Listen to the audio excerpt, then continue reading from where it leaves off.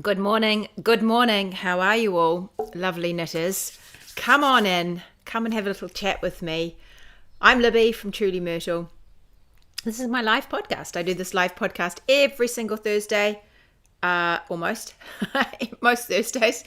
I do this live podcast and we stream out into our fantastic Facebook group, which is full of Truly Myrtle knitters who knit Truly Myrtle patterns and use Truly Myrtle yarn. We go into the Facebook group called the Hangout, and we also go live into the onto the YouTube channel.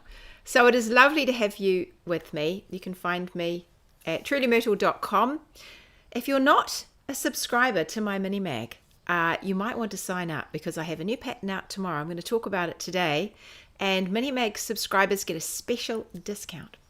So you sign up at trulymyrtle.com/minimag, one word. Go and sign up. Hi, Tanya. Hi, Sabrina. Morena. Nice to see you too, Sabrina. Now, for you Facebook people, I have people coming in. I can see all your comments from YouTube and from Facebook. Hi, Christy. Nice to see you. The people on Facebook, you either need to click something that says, let me see your name, or if you don't feel like doing that, or if you're not sure if you've done that, just write your name at the end of your comment, and then I know it's you. But YouTube people, you're all good to go. I can see your names beautifully, clearly. Anyway, it is lovely, lovely to have you with me. I've got a new pattern coming out tomorrow. I'm actually wearing her. This is a pattern that came out in Wardrobe Toolbox last Christmas. So Wardrobe Toolbox members get the pattern for themselves for about a year, and then I release it to everybody else. And so the time has come to release Paloma to the world. Oh, Beck, how are you enjoying Hamilton? It's a nicer day here. It's a bit lighter today here too. It's a bit grey, but it's a bit lighter. Yesterday was freezing cold, and the day before. Hi Bernadette, nice to see you. And Jean, I can see you there too. Okay, so Paloma, she was released to Wardrobe Toolbox, and lots of people have made her, and they have really enjoyed her. She's a fun knit, and she's a fun to wear. She's a really great addition to your summer wardrobe. So I've got her on today. She's sort of fairly simple shape, although an interesting construction. Oh, good, you're loving it. Excellent, Hamilton. She's an interesting construction, which I'm quite partial to an interesting construction. So I've done a few interesting constructions over the years, and this is one that I think I'm even going to do again in different ways, because I just really like the way this one fits and the way she wears, and so I think I'll keep exploring this particular construction. I'll tell you about that in a minute. But she's knitted from the top down. She's knitted all in one piece. You knit little pieces and then join them together. I'll explain that. And mine's got a reasonable amount of ease in her. She's got a high-low hem on her. I'll show you a picture. I'll show you a picture of this is the little sketch of her. So she's quite a simple shape. She's got a drop shoulder with a little sleeve at the bottom to cover your upper arms if you like that. She's got a fair amount of room through the body, as you can see on mine, but not everybody's made her with this amount of room, so you can make her a little bit more close-fitting if you like.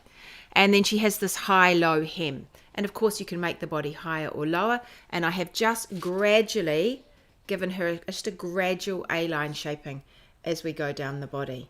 I think that's right. It certainly looks like that in the picture. Let me just check if I have any increases.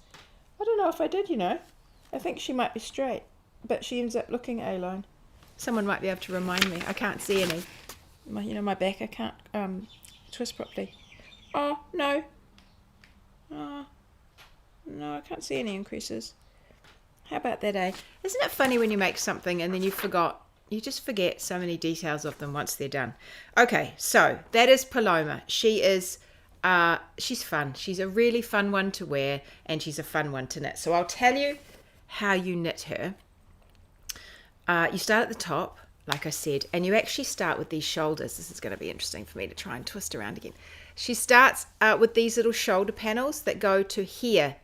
So you start here, and you knit that little shoulder panel, that piece of lace, which is about that wide, and you knit it down, and you get to here, and you leave it on alive. The stitches are left live right here at the bottom. So you've got a little rectangle there.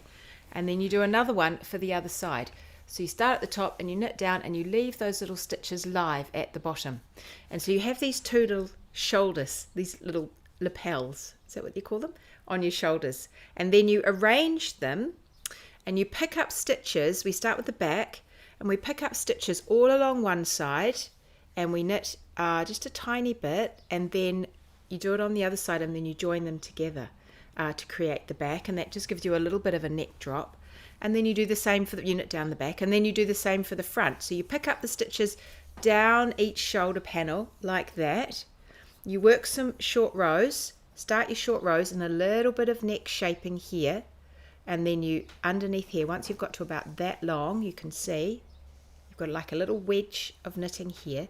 Then you pick it up under the neck and you go right through the other side, and then you keep doing your short rows and you just keep work down until you get to the sleeve. And then when you get to that depth of the sleeve, and your piece sort of looks a little bit like that at the front, when you get to the depth of the sleeve, then you join the fronts and the backs together, and then you start knitting it in the round. Now the beautiful thing about this, and it's similar to all of the other sort of drop shoulders or variations on a drop shoulder that I've done, is that you get to be the boss of how deep that sleeve is. So if you have fuller arms than the pattern might indicate, or slimmer arms than the pattern might indicate, you can knit to a longer or a shorter depth at that point before you join your fronts and backs together, leaving you a smaller armhole. You still have live stitches at the top here, they're just held on a little holder. And then you have this little hole that you insert your sleeve into, and it means that you just get to be totally the boss of that. So you can make the garment as wide or as narrow as you like. You might even decide to scoot in a bit here and actually take away as you can decrease underneath here, or join this with a 3 needle bind off under the arm, and then have a narrower body if you want. But at the very least, you just get to adjust the depth of this arm, and then you finish the body and you do your short row shaping in the front and the back, and then you can pick up your neck, and it's just got this little sweet neck band with a tiny bit of rib, and then just a little rolled edge. I do love a rolled edge on a summer top, it's really nice. And then you go back and you pick up your sleeve, and you've got these stitches waiting for you live. So you switch from here where you're working flat to here where you're working that same lace pattern. There it is there, the same lace pattern in the round right the way to the end. And I just love the flow of that down the shoulder. That really appealed to me. I have got written instructions and charted instructions for both of those, and the chart, you'll know, will swap from knitting flat to knitting in the round. But it's really simple. You just knit down. I don't think you do any decreases, or maybe you do one. No, I don't think you do any decreases under the arms. And then you just put your ribbing on. So you could keep knitting. If you wanted a sleeve that was down to your elbow, you could just keep knitting that little sleeve there. But it's nice. You've got lots of movement here. And, oh, she's really comfy. She's really comfy and light and super flowy. And that relates to the yarn as well. So I'll tell you about that in just a second. Let's have a look at your comments here. Hi Tamsin, it's sunny in Napier. Lovely, Tamsin. Honestly, you live in a little bubble there, I think, Tamsin. The sun always, well, not always does it, but it often shines in Napier. All right, here's another cold day in Kimbolton. Oh, Claire, wrap up warm. It's another cold, blustery day down south. Oh, and it's a hot day in Sydney. Fantastic. Rain yours overcast, says Tamsin. And it's sunny in the Gold Coast. Look, it's so interesting seeing where you all come from and what the weather is like all over the world. I like that. Okay, anyway, so that's basically the construction. I always think it's helpful to kind of be walked through the construction so that when you're looking at it, it's not too confusing. And of course, if you get stuck and you've already started and you're just thinking, what is going on here? I can't work out whether I'm Arthur or Martha and what I'm supposed to do with the rest of the pattern. Come over to the Facebook group. Come over to the Hangout where lots of these people are streaming in from, and ask your questions there, because we have our toolboxes there. A lot of them have knitted this already and they can help you out. And if you're knitting it with other people, it's always nice to do it together and just ask questions as you're going along so you don't get too confused. Okay, so we always have a sizing page in the pattern that looks like this, and I have the sizing in inches and in centimeters, and there are 1, 2, 3, 4, 5, 6 sizes in it. It's quite a roomy pattern, and because I was working with the repeats on the shoulder, that is partly why I start condensing the sizes, because it's really difficult to fit a gazillion sizes in. I don't think you need them in this style of pattern anyway. So it's quite roomy, but you can go up or down. It's up to you. I know some people say, oh, look, you could always just size down if you're not sure, if you're between sizes. I think remeasure yourself, have a look at clothes you like to wear, think about whether you like to have a lot of fabric or not. If you're someone who doesn't like a lot of fabric, maybe think about going down a size if you're in between. But otherwise, stick with, you could go up to the size up. Some of that will depend on the yarn you use. So you can see mine it's light, it's quite flowy, and it's got a lot of white flecks in it, and that is linen. So I use this yarn. I actually didn't use this color, but this is the yarn I used. It is called Luxurious. I just got it here at my local yarn shop. It's made by Fusion. I don't know if it's available overseas, because I have a funny feeling that a New Zealand company, it's made in Peru for Alpaca Yarns New Zealand, but you may well be able to find it online, or substitute. We'll talk about that. So it's a blend of linen, mulberry silk, superfine merino, and superfine baby alpaca. And you can see the linen in it. The linen, these little flecks of linen, the sort of white dusty bits that all the way go through it, is the linen in it. I absolutely love it. And it is mostly linen and silk. So it's mostly, it will also be the mulberry silk. It's mostly 40% linen and 40% mulberry silk. So 80% of it are fibers that have very little to no recovery. So it flops. It's quite a relaxed feel to it. It just flops and drapes and falls. And it does have good swing to it. It also has just 10% of superfine merino, so that just starts to hold things together and gives it a touch of softness. And then it has 10% of super baby alpaca, so that has not as much hold it together as the wool, but it has a little bit more than the linen and the silk. But it also adds the softness. Now I cannot see a halo on it from that baby alpaca, but it definitely has a softness to this fabric. But overall, the overall feature of this yarn, I mean, if I hold the skein out, it's just completely floppy. I have a couple of, this one particular one comes in lots of different colors, which I like it. So I've got quite a few of them here. It's got this lovely cream, which I know I've showed you before, which I'd like to use. Actually, I don't know if I've showed you that one before. And then the pink, and you can see those long linen strands coming off it. They're quite ropey, sort of like string-like to feel them. These ones that pop out of it. So, but it has this incredible flop to it. It just is puddly, the whole yarn is really quite oozy. So that's the overall feature of it, is that it's quite oozy. So you could use all linen if you wanted. You could make an all linen top. It's going to sink even more than this one. It's going to be, I imagine, a little bit heavier than this one, but it's a nice fine yarn. I'm just going to remember how much is actually in a skein. It's about a fingering. It's got about 167 meters per 50 grams, so about 167. So what's that? Yeah, so it's like it's a fingering, a fractionally light fingering, fractionally heavy fingering. I think that's the way I go around. My maths isn't so good this morning. So you could substitute something that has a good whack of linen in it. If you went for something that's more of a wool, it will be, warmer for a start.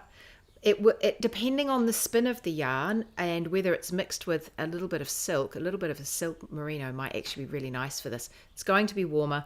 It will have slink to it, rather than this sort of swing that the linen offers this one, and the mulberry silk. It will have a little bit more slinkiness to it. I think it would be quite lovely, and you could actually dress it right up. If you had a really high twist wool, particularly with silk in it, you could really dress it up. Equally, if you went for like a sock yarn, You could go for something really everyday that isn't as pricey. It might be that, I mean, I don't remember what I paid for this, but I have a feeling it's a little bit it's not on the more economical side. So if you went for a sock yarn, I think you could get away with it. You'd have beautiful stitch definition through the shoulders. And you could also have, it would be warm. It would be quite warm. It would have, it would have less slink to it than something with a bit of silk in it. But, so you might want to size down if you use that one. But I'm just imagining it. It would be a lot more like throw it on and off you go. It would actually be a really good autumn garment, I think. Excellent autumn garment. A sock weight one would be really quite nice. I think that should be really quite nice now think about it. Okay, let's have a little look what you're saying. It's not brilliant weather in Northland. That's a real bummer. Northland's supposed to have good weather too. You and Napier, come on. You've got family here from Canada expecting summer. Good luck to them. I just like, one of my kids said to me, I think it was just yesterday, what did she say? Something about, well, we know it's supposed to be summer coming, but we know we're not going to get another summer, something like this. And I was like, oh, I know, it's terrible. Hi, Libby. I just bought some of that yarn in Melbourne, was thinking of using it for pickle. Oh, it would be lovely for pickle, actually. It would be really nice for pickle. It would have a little bit more drape to it. I was actually thinking of a second pickle in that yarn myself, in this little yarn, because I think it would elevate it just slightly, I think, to something that you could wear like to a dinner or something. I think you could wear it out and be a little bit... actually, Terry, who I think is here, made a beautiful pickle. That's the one that we just got in Wardrobe Toolbox that I was wearing it last week, in a bamboo rayon, I think was the blend, and it's really lovely. It's more of a sort of a elevate. It has that sheen to it, doesn't it? Beautiful sheen to it. But that would be lovely for pickle, I think. Someone else says, oh, Barb, I've just purchased Great Ocean Road Woolen Mill Summer Fiesta to knit Paloma. 70 merino, 30 linen. Oh, yes, I think that's going to be really nice, Barb. I look forward to seeing that. So it echoes, it has an echo of what I'm wearing. It definitely does. I'm not sure about the twist in that, how tight the twist is. But I think it will have that linen, the good whack of linen in it will definitely echo some of what I've got on. Oh, that would be really nice. Someone says, I too have the cream and I love looking and feeling it, but I haven't decided what to knit with it. That's Terry. Yeah, me too, Terry. I'm really hopeless with cream clothes. I do have some cream clothes, but I'm really hopeless with keeping them really pristine. And so I'm thinking that whether I have it as an everyday top, it's unlikely that I would reach. I mean, I would love to reach for it every day, but reality then hits me, and I think, should I reach for it every day, or will will it just get ruined because I'm wearing it all the time? I don't know. So I'm sort of feeling like it does need something a little bit special, though. This cream, I've got a good amount of it, so I just don't know. It just hasn't quite come to me yet what I'm going to do with it, but I will let you know when I do. Hi Robin, have a lovely holiday season. Yes, Merry Christmas to everybody. Someone else says that too. Nice. Checking from work, I knitted my Paloma. This is Barbara, always checking from work. Good on you, Barbara.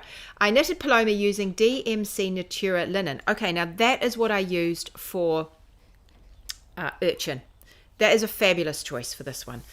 She's a great 3-season top. Yes, Barbara, fabulous choice. So it's also by the same brand, this Michelle brand. This one is called Luxurious, but I've forgotten what the DMC linen, Natura. That is a great option too, and it's just completely evacuated my head what's in it. But it's all plant-based fibers, I think. Maybe a bit of silk in there too.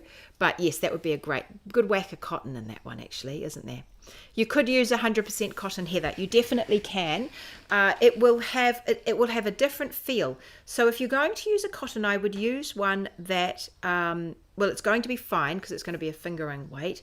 It will be a weightier garment. It will have more swing than this one does. It will really have good swing to it. It will be beautifully smooth. You want to make sure that your tension is on point, because you have this beautiful cotton. You'll see the stitches, so you want to make sure that your short rows are really nice. So practice, maybe even think about adopting a short row like the Japanese short row would be a good one, maybe to swap in. I've used German. You could try German and see if you like the look. You'll have beautiful definition down the shoulder. You have to think about how much fabric you like wearing, because I think with cotton, you'll feel that you're wearing a fair amount of fabric. It's heavier and you'll notice it at the sides. So if you are not a fan of having a lot of fabric at the sides or wearing a fuller garment, then go for the size down. That would be my initial thoughts on it. But you will already have clothes that you like to wear. You can have a think about, well, measure them, see how big they are. Any that are 100% cotton, have you used it before? All of those things, have a think about all of those things. But I would get my picking up stitches. You might want to practice it just so you use a tiny little needle and pick up your stitches beautifully. You can't hide mistakes as well, but I think the result will be gorgeous. I mean, Sarah from Say Little Hen is one of the most lovely cotton garments that I've seen that she's done. Was my Adira top. And that really is a beautiful garment that she's made, and it's just a pure cotton garment. So you could ask in the group, actually, Heather, if you come over to the Facebook group, ask in the group and see what other people have done. It just if you wanted a bit more information. But otherwise, just swatch it, try some of the stitches and just see. Someone said, Tamsin, I used a beautiful fusion yarn, 50/50 baby llama wood pulp for my haven. Why haven't I not come across that one? Or have I come across that one? Maybe I have. I've got a lace weight. Maybe it's that one. That sounds absolutely lovely. Baby llama and wood pulp. That'll be really, really soft. Nice little halo to it. Real puffiness to the stitches, but also that slink. I guess the wood pulp is like sort of has sort of reminiscent of a bit of a silk, perhaps. Hey, Wendy, you arrived late. You want to know the yarn. So this is the yarn name. I just got it at my local yarn shop. Luxurious. It's by Fusion. It's a New Zealand one, Wendy. Michelle has made it. It's made by Alpaca Yarns. That's a lot of names, but look for this Luxurious. Search that up. Luxurious by Fusion. I used the charcoal color for this one. I was at a shop the other day and I noticed that they had a beautiful dark rose. Absolutely lovely. I was just so tempted to get it, and I thought I've already got enough to make 3 other tops in this yarn in different colors, but I am tempted to get the dark rose. This one is... why does this one not have a name on it? This one doesn't have a name. I think you'll find the name on the website. This is color RJ8384. This is like a pinky, like a blush color. I got this one initially, but it was too blue for what I wanted. This is a real denim color. AZ8917. And then we've got the cream. And I can't remember what they call that one either. But that is color 100. So it's just undyed. So there's a bunch of, I think there's a green. There could be a minty green. But I love that rose, this lovely rose red. And I think there's also a really clear blue from memory, like a more of a cornflower, but I don't know. There's a whole bunch of them. It's lovely. Someone said, Rebecca, thank you, Rebecca. I've got about 7 centimeters left on the body and then back to the sleeves of my Paloma and knitting it in Natural Fiber Arts Egyptian, which is 50 alpaca, baby alpaca, 25% linen and 25% silk. It feels so soft. Oh, that's lovely. It will be absolutely lovely, Rebecca. It's just a different proportions of the one I'm wearing. So where I've got 80 linen and silk, you've got 50. So it's getting close, isn't it, to that? But then you've got that baby alpaca in there as well, which will just give you just a little bit. You've got more of a halo, I imagine, on yours, and it will just feel soft to touch. You'll just feel lovely wearing it. I used to knit a lot of my garments in cream or light neutral colours. This is Claire. And I nearly always spilled something on the front that stained. Yeah, this is my problem, Claire, I think. And then I just have to remember to put my apron on when I'm cooking, and also perhaps just take my top off and then maybe not take my apron on when I'm eating my dinner. These sort of tips, these sort of life hacks are things I should really adopt with more, resolve. Someone says, I use Kremka, maybe, Kremke, Soul Wool Reborn Denim. Absolute, I know who this is. This is Beck. Absolute pain to knit, but lovely garment. And you gave it to your daughter. Yes, because you tested it, didn't you? It is Beck, isn't it? Because you tested it, I think, in that. And I remember that now. And recycled denim. It looked amazing. It absolutely looked amazing. But yeah, you didn't enjoy knitting it that much. Yep, Wendy, that's the yarn. Merry Christmas, Libby, and everyone from a humid Brisbane. I think we're having much the same. What a pain. Okay, so just to wrap us up, I thought I would just tell you some of the stitches that you'll need to know, just so that you know that you can knit this. There's some cables. Some cables in the lace here. They're not tricky cables. There's some 1/1 cables. In fact, they're all 1/1 cables. So you can knit those. There are German short rows. You can do German short rows. Those of you in Wardrobe Toolbox, we have got a whole lessons on short rows, different short rows. So you can swap some other ones in if you don't want German. You can go back and have a little look at that. But the German short rows, I like them. Remember, you get up to the girl and then you lift up her skirt and show her legs and pull the stitch over to the back, and that gives you your double stitch. So in here it says double stitch, and it's a slip one think and a knit one tick little thing. Once you've got the hang of it, you'll be away. What else forgot? You can do knit twos together. You can do make one left increases. You can do make one right increases. There's a couple of purlwise cables because you're knitting this flat. What else have I got? You can do a double decrease, double centered decrease down here for the lace. You can do an SSK. You can knit through the back loop, and you can do a yarn over. You can pretty much knit this. This is really not anything mind-shatteringly difficult in this pattern at all. The hardest thing, it's not hard, but the challenge of this pattern is picking up your stitches beautifully along the front and along the neck. You want to pick things up nicely. And just laying it out and understanding the construction when you're putting it together. But the beauty of this one compared to some of the others I've done is that you do have live stitches, and so you know which is the bottom, which is the bottom of this panel, because you can lie it on the table and look at it. You've got the two tops together, and you can see the bottoms because they've got the live stitches on them, and then you can decide, you can pick up the fronts and the backs from there. I talk you through it in the pattern. So yeah, it's totally doable. And once you're away, and then you make it and you think, I actually feel quite clever that I've made this, because it feels really nice. It fits really nicely on the shoulders. It feels good. It's a good fit, this one. Okie doke, everyone. Well, it is available tomorrow, all of that. It's available tomorrow. Paloma is the name of the pattern. She's out tomorrow. I will let you have all more details on in my mini mag. So you can sign up there at trulymyrtle.com/minimag. I'll give you a discount for all the Minimag subscribers. So go and grab yourself a subscription if you're not already on my list. I send out an email every Friday, almost every Friday. I'm going to have a little bit of a break over January. I'll tell you about that in a minute.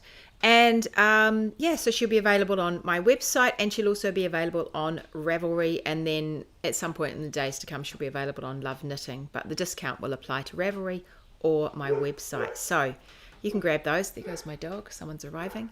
So yes, tomorrow is the day. Just keep an eye on your inbox, and it will arrive with all the details and how to get the discount and whatnot. So today is going to be my last podcast for a little while. I contemplated doing one next Thursday, but actually my parents-in-law are arriving, and I thought, it just ends up being a lot to juggle. So everybody is home. We have a full house. There are 7 people here now. It's very busy. And my parents-in-law are arriving for Christmas next week. And so it's just all go around here. And sorry if you can hear my dog. He's going nuts because someone's just arrived. It's all nuts. So today is my last podcast for the summer, actually. I'm going to have a little bit of a breather. I've got one final mini mag coming for you next week just to wish you all a Merry Christmas and have a good holiday, to let you know what the times and everything are for everything.